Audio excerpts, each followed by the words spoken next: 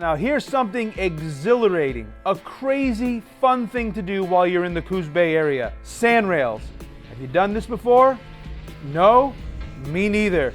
Meet the man behind the scenes, Todd George of Boxcar Hill Campground, and see what they've built right here on the dunes.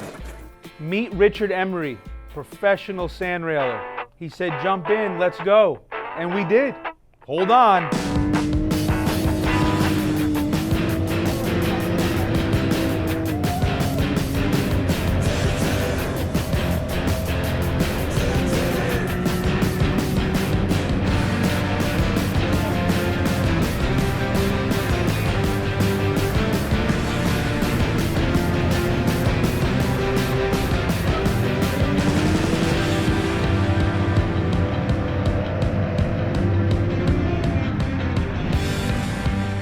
We reached 75 miles an hour on the sand.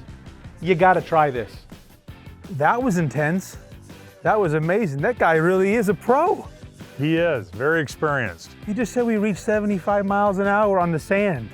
When you have the right equipment, that is possible. Not for the average Joe, huh? No. That's a professional status what we just did there. Right, exactly. We have a lot of families that come here with the little kids, and they take a much slower, less exciting approach, but they still get out here and enjoy the sand.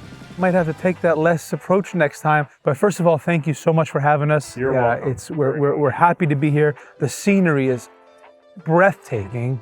But they have to pay you to come on here, right? We don't charge for access to the sand. We charge to use our amenities, the campground. We have a mile of contiguous border with the Forest Service, and we don't fence it. A lot of people consider this like it's federal, but it is private.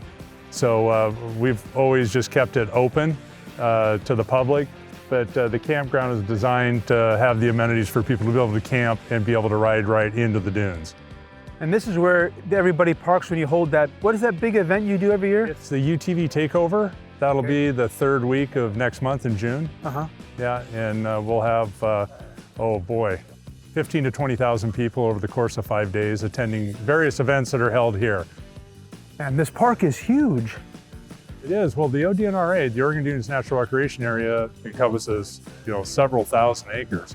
All the way from Florence down to our property essentially is the end of it here on the north side of Coos Bay. It's quite a resource that we want to take care of and for future generations. Well, you're doing a great job, because I'll tell you what, when I pulled up, you guys were so friendly and everybody was just kind of doing their thing, but you know what? Nice. And that is gorgeous right there. I mean, is that man-made? No, those are, naturally occurring, low level, lakes that seasonally they refill. And we have Horsefall Lake you can see out in the distance. That's a rather large lake, but you can kayak out there, there's fishing. There's a lot of trails here. We have the motorized area of the ODNRA, but then on the other side of Horsefall is the non-motorized area. So there's a lot here for everybody, not just if you're a motor enthusiast, you can come out and you can ride horses out here. There's trails for bike riding, all in an area that's contiguous to this area, but separate. So you have multiple recreational activities. It's not just about riding on the dunes. When did you and your family start this? My father acquired the property in 1990 from Georgia Pacific Company. Okay.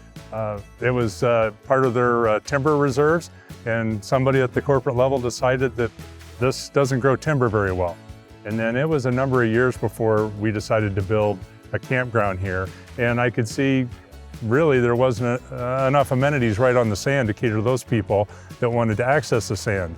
So that's when we decided about 2006 to start planning on building a campground. And here this last year we added another 76 sites here you can see on the upper level. And as you can see, the views are spectacular. You can see the McCullough Bridge and all of Coos Bay. So I never get tired of coming up here and seeing this view.